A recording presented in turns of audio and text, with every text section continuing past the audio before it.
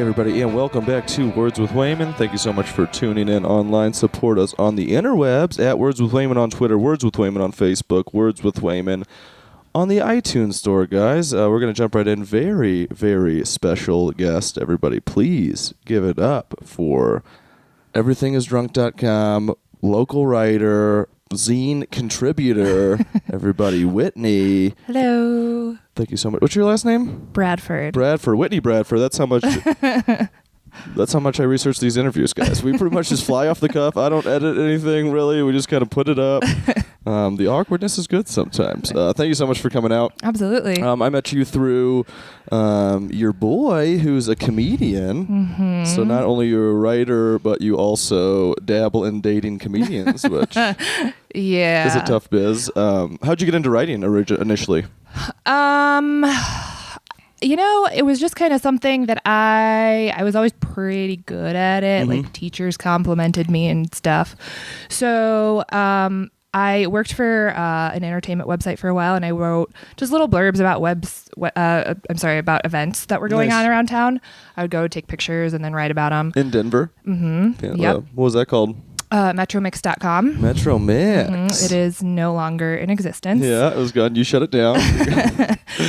Well, eventually they got interns to do what I was doing, and they didn't have to pay them. It's so easy to do that these days. Yeah, bastards. So basically that was like your first inroads into actually like journalism covering stuff? Yeah. And then I did like theexaminer.com because that was like super easy to get into. That's the dog, everybody. I'm trying to get him away from here, but he is being a little aggressive, everybody. Examiner.com, what were those, just little like op-ed pieces that you write? So they had writers for like all different kinds of things, and I was very involved in the LGBT community at the time, so I would write about LGBT events. Cool. And I would have like friends of mine contribute. Nice. And I had like a little like personal blog on the side, and then after a while I stopped really doing that, and then recently I just kind of started doing it again. Just because it was one of those things that it became work after a while or something? Yeah, or I would just kind of like lose motivation or not have anything to write about. That's a lot, and it feels forced sometimes, I feel like. Yeah, it does sometimes. It can be really difficult, and I'm trying to kind of take the pressure off myself with this new thing, because it's still very much new and a work in progress, but... you're talking about what everyone is drunk.com. Yeah, everybody check that out. Out there. Did you ever study journalism like in school or anything like that, or just like English or? No, I was a music business major. Whoa. Yep. So you took the weird road. Yeah, yeah. So did Harrison, actually. Yeah. Yep. What school was that? A school here in Denver? CU Denver. CU Denver. Cool. Pretty good music studies program there. Yeah. It's very much industry based. So, I was straight like business track. Just managing bands and then putting on festivals and stuff like that. Yeah. It was all kinds of stuff like that. Venue management, artist management. I still had to do some performance stuff. He's jazz guitar and music business. So that's, super cool. So what you've played in bands and stuff like that, been singing? I am a singer. Nice. I'm a shitty songwriter, so I never did that. Songwriting's hard. I've tried before. It's difficult. Yeah, but I used to perform in variety shows at a local gay bar called Charlie's, and it was usually like me and a bunch of drag queens. Cool. So That's awesome. I used to do burlesque shows and drag shows in New Orleans. I'd host them. That's awesome. They're so fun. Yeah. It's such a cool time, and everybody's getting weird, in a weird bar. Most of the time, it's always like the weirdest bar that you could perform in. It was weird one time because there was this drag queen in the dressing room, and she removed her wig, and I was like, whoa, like I'd never seen it before. I always like working with drag queens more than burlesque girls, because burlesque girls were always just like a little bit, like they cared more, like a little bit up here about like the changing rooms and stuff. The drag queens are just having a good time. Oh, totally. Yep. So you went to college for that, and then you graduated, and what happened after that? I had a retail job at the time. Oh, we've all done the retail. It's the most soul sucking profession you can do. It's totally it's totally soul sucking. I was like the go between like the cashiers and the manager, so I got like shit on a lot. But so I did that, and then I eventually got a day job. And I was doing like a bunch of other stuff on the side. I was managing some bands. Nice. I was booking an acoustic Thursday thing at the Comedy Works South Lounge. Oh, yeah. Yeah, so I was doing that for a while. That's actually how Harrison and I started dating. Nice. I've seen people play out there, and they've always been really good. Yeah, I got one of the guy's cards right there. Yeah, it was. I mean, I know the manager. I just knew him from bars, really.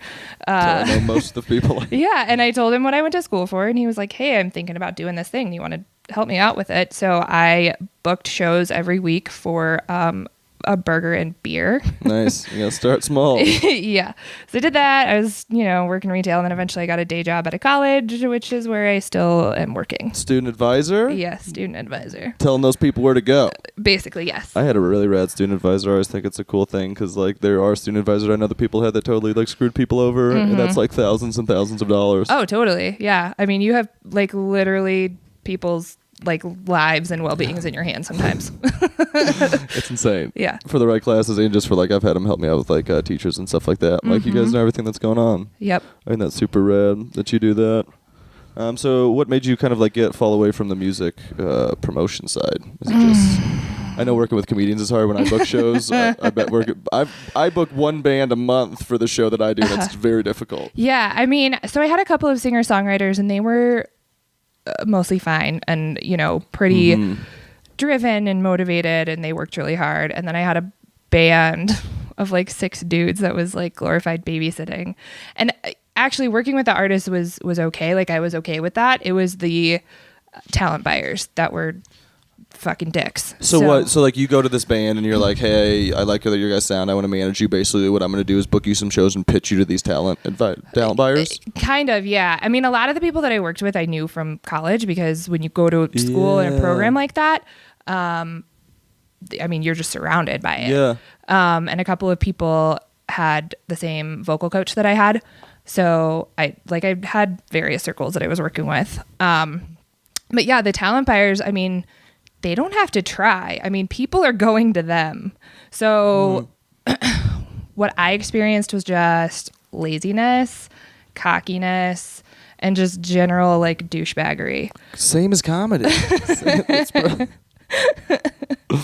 It seems like in a lot of ways, though, people, I don't know, I'm kind of outside of it a little bit, but maybe people are a little bit more supportive of each other, which I appreciate. Yeah, in the comedy things. So that just kind of turned you off to the business in that aspect? Yeah, and I mean, it was a lot of very, on the music side anyway, it was a lot of very thankless work for $0. Yeah.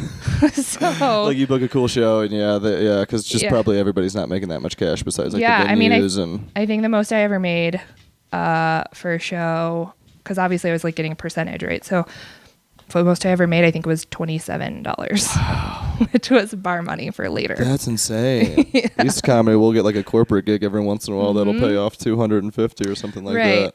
And with music, it's the same, but not with the people that I was working with. I guess it wasn't really. You gotta pay 6 people out too. Yeah, sometimes, yeah.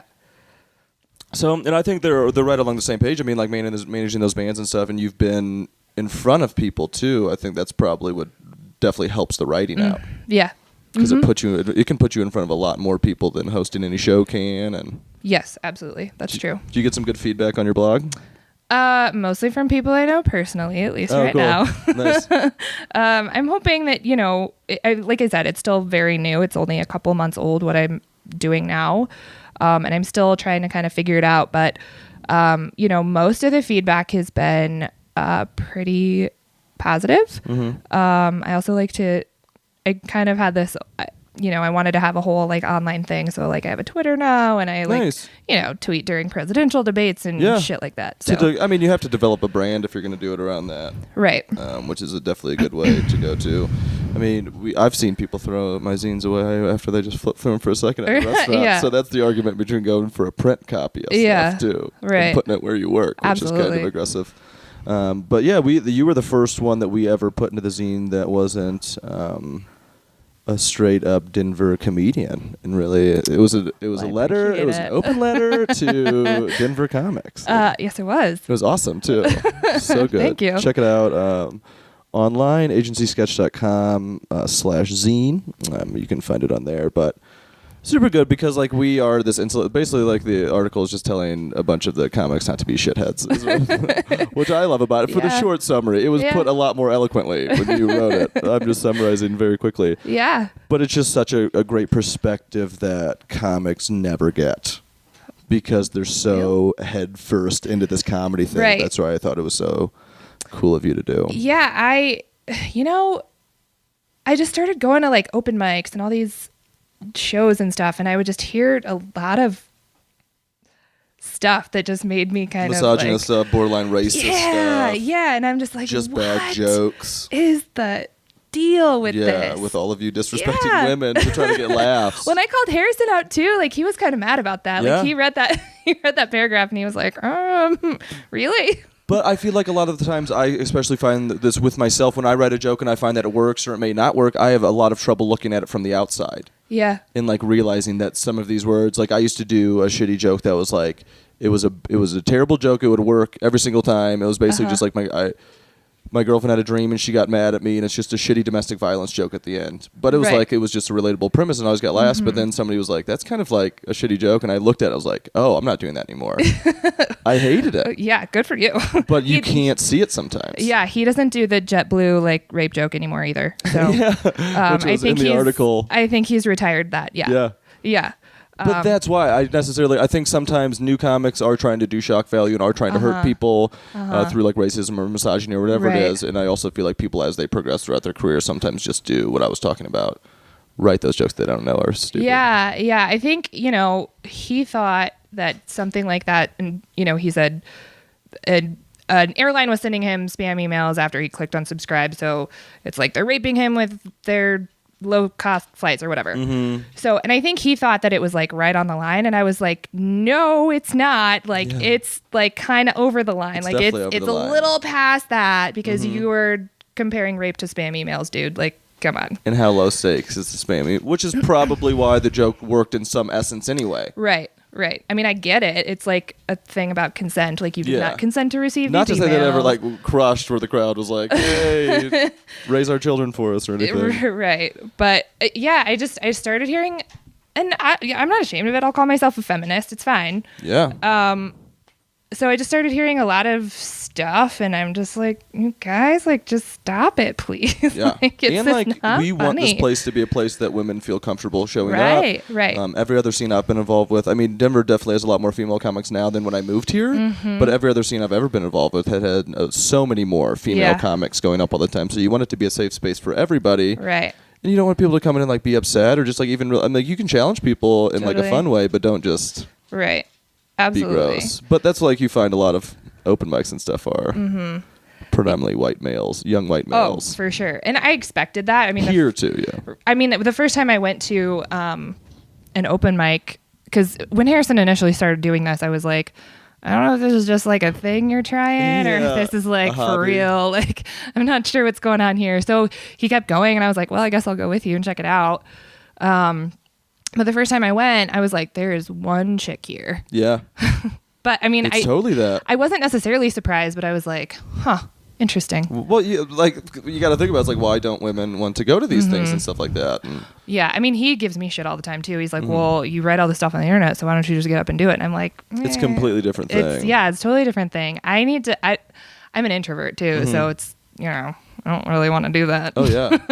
Oh no, that's completely it. We crave attention from the people, and like I write short stories and stuff, and we put them in the zine and stuff like that. But it's 100% different thing. Totally. There's you like can't really two relate screens in between me and the other person that might be reading the only thing is the same thing as just writing words down on a piece of paper at some point or into a computer, basically. Well, that is pretty much as quickly as these razzmatazes go. I just made that up. I don't know what that word even means. But before we get out of here, just give where we talked about it, but give where everybody can find you at on the internet. Find your stuff. Yeah, www.everyoneisdrunk.com. Love it. Love how you got that, picked that up before somebody else bought it. Yeah, there's if you scroll down and read through all my stuff, there's an explanation for the title. Nice. But yeah, that is where you can find me. And I'm on Facebook and Twitter and Instagram. She's on the Twitter. She's on the Instagram. Everybody, do you just take pictures of drunk people on the street? No. A lot better stuff. Yeah, I mean, it's a personal blog. It's not about drunk people. It's about bullshit, really. It's fantastic. Everybody, check it out. As always, check us out. Words with Wayman on Twitter. Words with Wayman on Facebook. Words with Wayman on iTunes. We will be right back with part 2.